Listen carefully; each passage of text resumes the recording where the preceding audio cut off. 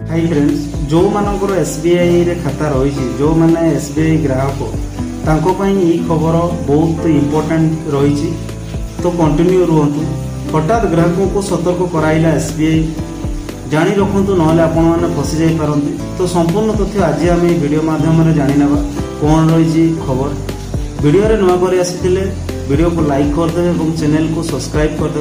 तेरे चलतु संपूर्ण तथ्य आज आम जाना। भारतीय स्टेट बैंक एसबीआई ग्राहकों को एक नुआ प्रकार मोबाइल नंबर बदल जालियाती जोटा कि रही मोबाइल नंबर चेंज फाउंड संपर्क में सतर्क जारी करिछि। बैंक एक चेतावनी जारी करिछि जे जालियातीकारी माने ग्राहक को रजिस्ट्रेशन मोबाइल नंबर को बदलाई निज मोबाइल नंबर सहित लिंक करूछंती चेष्टा करूछंती जोड़ा। तो फ्रेंड्स, आपण माने जालियातीकारी आपण मानक किभଳି भाबे फसांती। जालियातीकारी ग्राहकों को फोन कॉल किंबा एसएमएस पठाती जे आपणकर ओपीओ जोटा कि पेंशन पेमेंट ऑर्डर जांच करिवार बाकी अछि, शीघ्र प्रक्रिया पाई तुरंत सूचना दियंतु।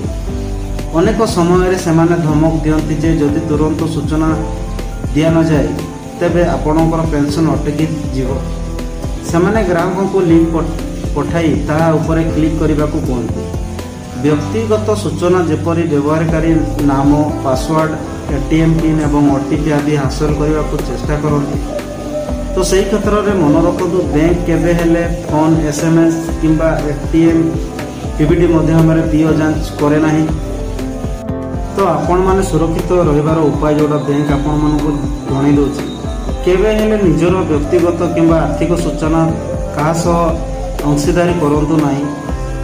बैंकिंग आप केवल गूगल प्ले स्टोर रू किंबा आप स्टोर रू डाउनलोड करंतु। कौनसी संदेह हेले निकटस्थ शाखा सह जोगाजोग करंतु किंबा ग्राहक सेवा नंबर जोड़ा रही 18001234 किंबा 18002100 रे कॉल करंतु।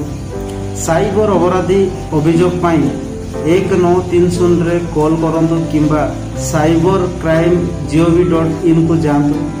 एसएमएस एवं ईमेल अलर्ट को ध्यान रे पढ़ंतु। कौनसी संदेहजनक लिंक पर क्लिक करंतु नहीं।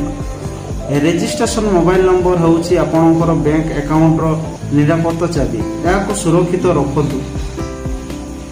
तो फ्रेंड्स, जोटा कि एबे साइबर माने आपण मानकर अकाउंट को खाली करि पारंती, जोटा कि बैंक आपण माननको इन्फॉर्मेशन दे दी।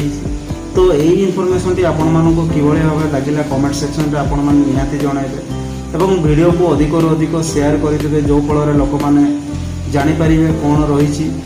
एवं वीडियो टी भल लागिथिले लाइक मध्य करिदेबे।